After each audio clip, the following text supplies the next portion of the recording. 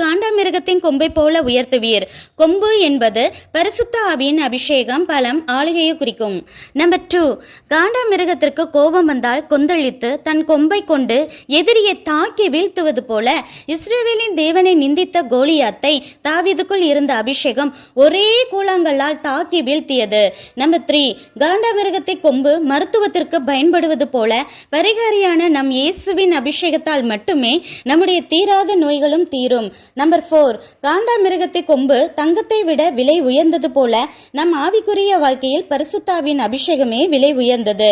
Number 5, காண்டாமிருகம் தன் கொம்பின் உதவியால் புதர்களை வேரோடு பிடுங்கி எறிவது போல நமக்குள் களை போல வளரும் உலகத்தின் காரியங்கள், இச்சைகள், பாவங்களை பரிசுத்தாவின் அபிஷேகத்தின் உதவியால் மட்டுமே வேரோடு களைய முடியும். தாவீது தேவனின் இருதயத்துக்கு ஏற்றவராய் இருந்தது போல நாமும் இருந்தால் காண்டாமிருகத்தின் கொம்பை போல நம்மை உயர்த்துவாராக.